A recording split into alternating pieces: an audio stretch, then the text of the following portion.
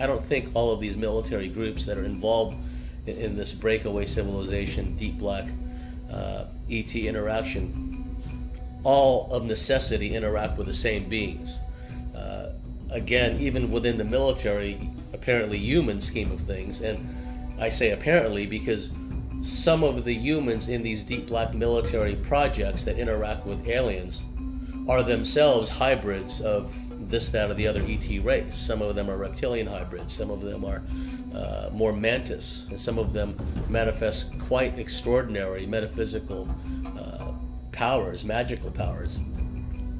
And amongst the so-called friendly, benevolent ET races, they do have federations, they do have council meetings, they do have alliances with other beings. Whether it's to negate the malign influence of the reptilians and their allies, whatever the case may be. I've always said that what's happening in our solar system is merely an extension of cosmic wars going back millions of years. Reincarnation plays a big part in this. Many people remember not only past lives as a Terran, i.e. a human, but they remember past lives as being what we would call an ET.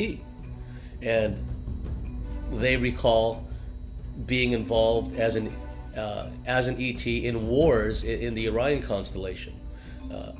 Different factions. There's the Orion group, as Alex Collier calls them, the Orion Empire, and the Draconian Empire. The Orion Empire seems to be a subsidiary of the Draconian Empire, those winged gargoyle beings I spoke about. So there are definitely alliances and counter alliances at work, and there are councils and there are federations. It's very unpleasant for a lot of these so-called serious researchers to contemplate, but it's true.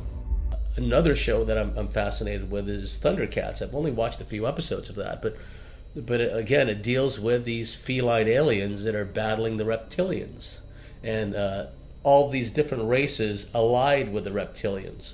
There's canine beings, there's wolf beings, there's bird beings. Some are aligned on one side or the other, and some want to be neutral. And many of these different ET races are depicted in the Thundercats cartoon. Fascinating. I wish I'd seen it when I was younger. Another show is V, the original V, that shows these human-looking aliens coming in huge craft, but in reality they're reptilians, and they eventually can gain control of politics, the media, and everything else, and then a small band of resistance fighters develops, led by a woman. And there's a lot of metaphorical, metaphysical truth behind that, because some of the best spiritual warriors I've found are women. They're heart-centered, they have all these abilities, they don't operate from a place of ego, and they don't need accolades, they don't need fame or fortune. They tend to operate, the real players tend to operate on their own, under the radar, and many of them are women. So when I see this TV show, V, and it's led by a woman scientist or something, if my memory serves, that really resonated with me. Perfect example. There's the film Stargate, and the TV series, several TV series that went on after that for many, many years. And it's the idea that there's this big electronic device, a big kind of portal thing, and you step through it and then you're in another dimension, or it's a wormhole into another part of space-time, and so on and so forth. Now, everything I know tells me that Stargates are very real. I don't know whether they're called Stargates or not, but in physics terms they would be called traversable wormholes. There's a lot of anecdotal, circumstantial, corroborating evidence that these phenomena are very real. They figured out how to do this, or they've been told by somebody.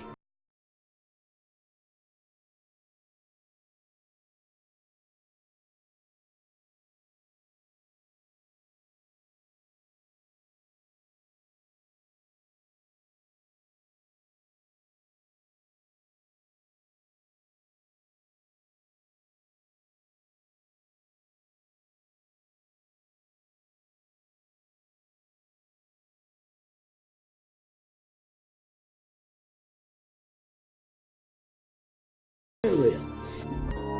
I think if you look at John Carpenter, the creator of They Live, if you look at his movie-making history, which includes Satanism and horror and what have you. This guy has at least some knowledge of what's happening. And I had to laugh. I said this in a book once, years ago, and someone wrote to John Carpenter saying what I'd said.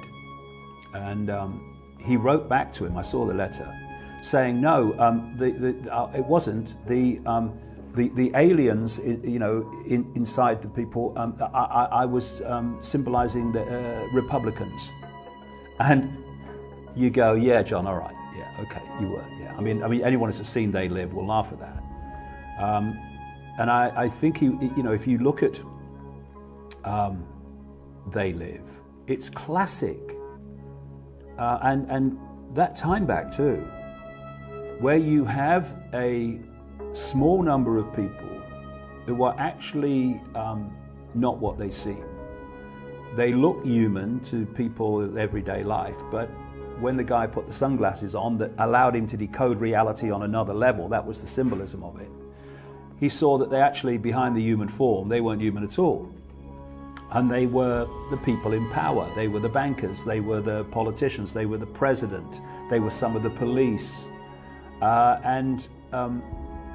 Also, when he put the glasses on that subliminal level, he could see all the subliminal messages all around him, telling him to stay asleep, to not question, to obey authority.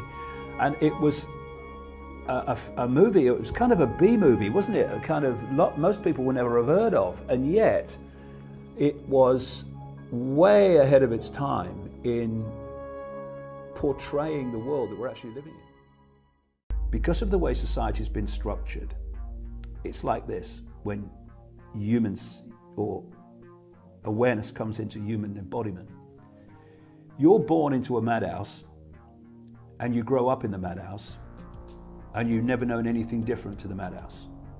Therefore, to you, the madhouse is normal. So when anyone comes along and says, this is a madhouse, look at it, they go, he's mad, because to you, normal is insanity. And that's how it works. And so what is happening when we talk about people waking up, they're waking up from the spell, they're waking up from the program. And then suddenly, the mad guy don't seem so mad anymore, because you can start to see the madness. And that's what it is. You know, people will say, I'm seeking enlightenment. We don't have to seek enlightenment. We are enlightened. That's our natural state of being. What's happened is this distortion has distorted our sense of perception, and that distorted perception has disconnected us from that level of us that is infinitely enlightened. That's what the human perception has been hijacked. Once again, our contact cannot create human awareness, but it can piggyback it and distort it so it perceives the world that suits the distortion. That's what's happening. It's important to understand, because there's a lot of video online. Oh, look, so-and-so shapeshifted, he or she is a reptilian. Maybe, maybe not. Depending on the proportion of a particular genetics dictates whether you can shapeshift. Because of the programming of the physical, they say that's not possible, you're mad. You can't move from a physical form to another physical form. And you know they're right, but that ain't what's happening. The higher the proportion of either Anunnaki, and that's coming back to your final point now, or Nephilim, the higher the genetics of that, the more you can shapeshift. And the more reptilian you have in you, you can also shapeshift. The problem is that it's very hard to control shapeshifting. Sometimes the person could just be very tired and maybe spend a lot of time around a negatively energized, what's been described as an organic portal, some really negatively energized hosted person. Maybe they had a relationship with that person, maybe they spent too much time with that person, but somehow or other, these entities had attached themselves to the auric field of that person, and momentarily they shapeshift. You can't just say, today I will shapeshift. It will happen in certain circumstances. and also people who are psychic can see it, the change in the person, but those who are not psychic can't see it. It's a Trojan horse scenario. You have somebody who looks human, who has a human position, who was once fully human, but has been taken over. Often as not, these shapeshifters, they're in positions of authority, whether it's in a local company or a corporation or high-ranking mucky-mucks on the world stage. People are seeing shapeshifting going on. It's real. President of the United States, President Barack Obama.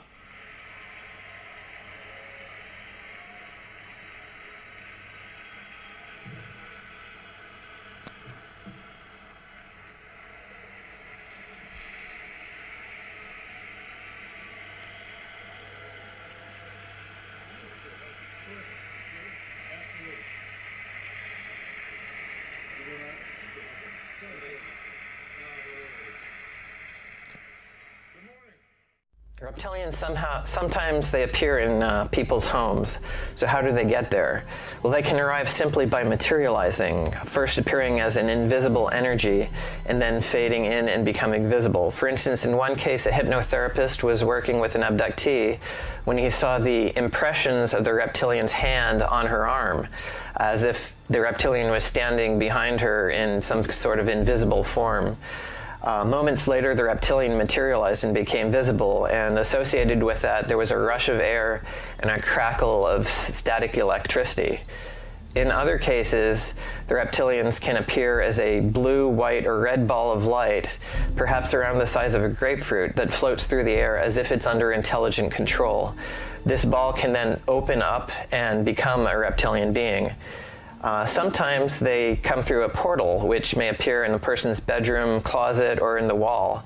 The portals have been described in various ways. Often there's a kind of rippling effect around the edges, like heat waves coming off the surface of a road on a hot day. Sometimes there's light emanating from the portal. As for the technology they use, sometimes no technology is seen. The reptilians may simply materialize or dematerialize as if of their own will, perhaps a paraphysical ability rather than a technology. And in some cases, well, maybe it's a technology that's just unseen because it's built into them in some way. In other cases, reptilians have been seen wearing a kind of a utility belt, and they can press a button that allows them to beam themselves out of the area. Or they may hold a silver rod, kind of shaped like a carrot, which they point at the direction where they want a portal to open. What I want to explain is how a super soldier is related to this equation. And this basically goes back to after World War II, when over 10,000 Nazi scientists were brought back into the United States through Project Paperclip. And they were allowed to continue their experiments into trauma, torture, and mind control in deep military underground bases, or also known as DUMBs. The government's always been trying to make, or governments, military leaders have always been trying to make a perfect soldier. Of course, you could take people who are highly psychic and very gifted and enhance their psychic abilities through torture, basically splitting the mind, creating altars, and that's the old way of doing it. Those generation of super soldiers were called ultras.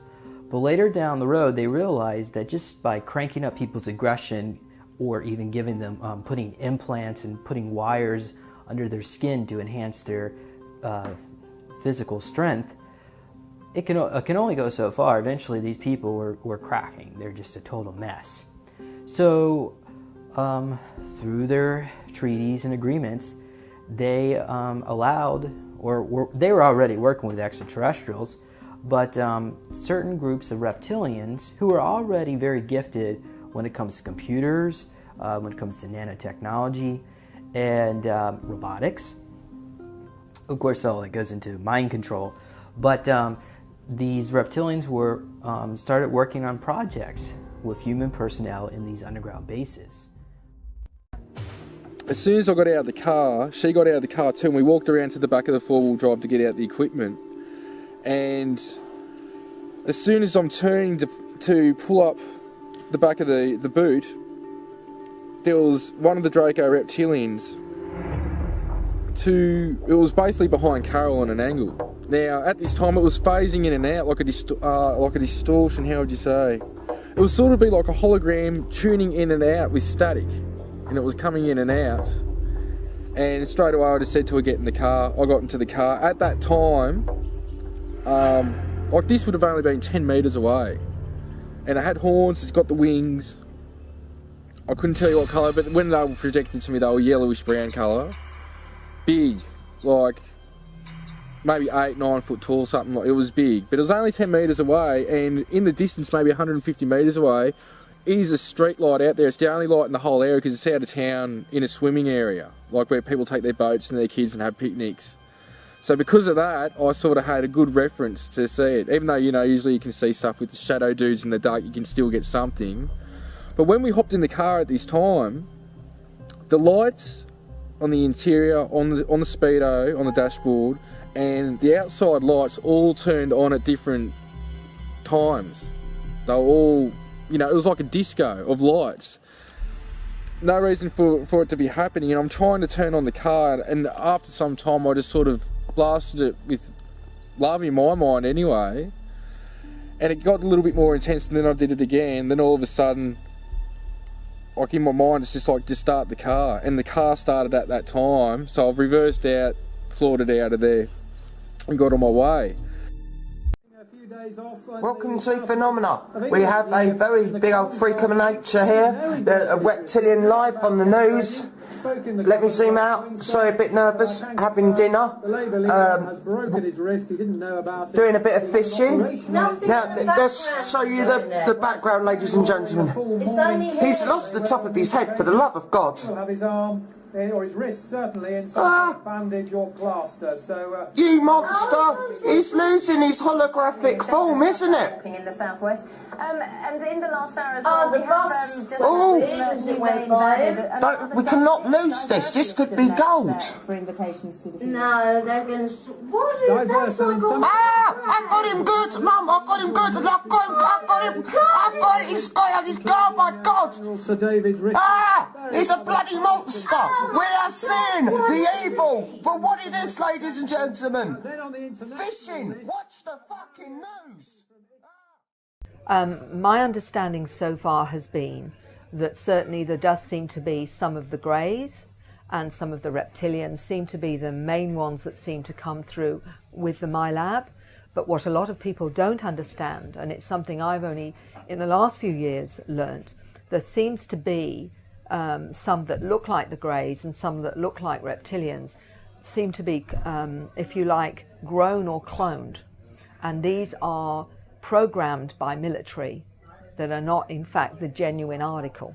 So that in itself, they're called programmed life forms, and they're programmed, as I say, and there is a different energy signature between those and the real ones. And some gentlemen that I've heard of testimony have said that to meet them, there is a coldness and a real sense of fear around them. It's like they really do feel very dark. And so again, it must be very hard for a frightened experiencer to be in a scenario where they're facing one of these programmed life forms and believing that this is an ET, and in fact it isn't. So it's a very, very complex, if you like, and with many layers, which was, you know, I'm still as a researcher trying to work out. I got into the alternative scene first in early of 2013 when I uploaded my first reptilian shapeshifter movies. And at that time, I experienced a complete change in my life, which has continued to this day due to the reaction that I got from the police and other vehicles that continued to follow me, harass me, and buzz me all throughout town, everywhere I go, every single day, and also at night. Okay, so here's New Year's Day 2014, and you know, it's a New Year's Day, so no one's out. Everything's very quiet, and these guys went ballistic, and here's where you're going to see the micro UFOs, and I'll show you that in a second. But here, you'll notice that this sky, these police and police helicopters were circling directly over my house, and you can see from the curvature of the flight path of the helicopter that there's zero doubt that it's circling directly overhead. So you can see that the circle angle is right over my apartment. And now here's little micro UFOs, and I'm going to show you in a second and prove to you that these are actually little micro metal spy orbs of some kind, or just little micro UFOs. I don't know for sure what they are. They may even be aliens. Looks like a bird here, doesn't it? But watch carefully. I'll keep showing this. See? That's the same object further up as it moves past the helicopter there. You see it moving here like that, and I'll do several zoom ins so that you can really see it. But there's no question, it's a little metal object. You can fully see the light refracting off of it. I was sitting in the lounge and wanted to go to the loo. And to get from the lounge to the loo, you had to pass through the corner of the kitchen. There's a door here, and then you went through a door there. As I went through that door there, just going to go into that door there, there was a reptilian standing there. It was tall. I mean, I didn't have a tape measure on me or anything, but it was a lot taller than me. And it was crouched like that. It was green. It had these kind of orangey slit eyes. It had a paler chest. It had like ridges and scales. But the thing about it was that it looked at me, and what I felt was from him was, oh shit, it's in me. It was more kind of worried that I'd seen it than having any kind of negative intent towards me or whatsoever. And I'm on the move, you see, when I see this, and I'm just going to step into the hallway to go to the loo. And as I saw it, I was in mid-flight, so I couldn't stop immediately, so I went like that, came back, and it had gone. But the whole room was not the room. It was standing in the corner of the room, where the corner of the room should have been, but the room wasn't there. It was another dimension. I'd walked through another dimension. I got on the plane, and they swapped my seat for some reason. And I sat down in this other seat, and I noticed there was an Indian lady in the sari and everything sitting there, and she was looking at me intently like that. But her eyes were really lovely. She was really kind of, you could tell it was really loving whatever she was doing, but she was doing something. I saw this guy in a seat in front of me just to look along. He rose up and turned into this huge reptilian, really aggressive. This air hostess came to me, and this don't happen, does it? She knelt down next to me, she put her hand on my knee, and she was going, "We're going to look after you. Everything will be all right." And then this Indian lady, I heard this voice in my mind, and it was definitely coming from her. And she said, "You are a golden child and very special. We are looking after you." And I thought, what's a golden child? I don't know. That's what. Same movie, isn't it? That's what she said. Yeah, maybe, I don't know.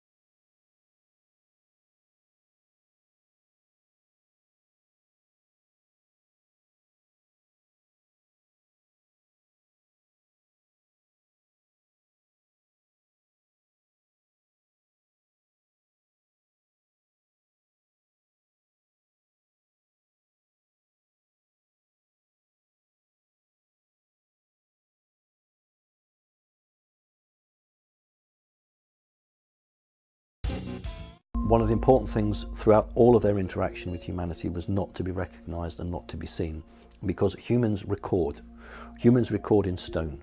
We're very good at that. We create. We're fantastic like that as a race. So they recreate, and the reptilians didn't want that. You will see it occasionally in some of the Sumerian or Assyrian, Babylonian carvings, occasionally.